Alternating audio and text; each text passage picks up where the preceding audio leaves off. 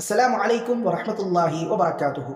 அலியே, இந்த மூன்று விஷயங்களில் காலதாமதம் ஏற்படுத்த வேண்டாம், விரைவாக அந்த மூன்றையும் நீங்கள் செய்து முடித்து விடுங்கள் என்பதாக நபி ஸல்லல்லாஹு அலைஹி வஸல்லம் அவர்கள் அலி ரலியல்லாஹு தஆலா அன்ஹு அவர்களுக்கு கூறிய அந்த மூன்று செய்திகளைத்தான் இந்த பதிவில் நாம் காண இருக்கின்றோம். அதில் முதலாவதாக நபி ஸல்லல்லாஹு அலைஹி வஸல்லம் அவர்கள் கூறினார்கள், அலியே, நீங்கள் தொழுகையினுடைய நேரத்தை பெற்றுக்கொண்டால் அந்த வக்திலேயே, அந்த நேரத்திலேயே அந்த தொழுகையை விரைவாக நீங்கள் நிறைவேற்றி விடுங்கள் என்பதாக நபி ஸல்லல்லாஹு அலைஹி வஸல்லம் அவர்கள் கூறினார்கள்.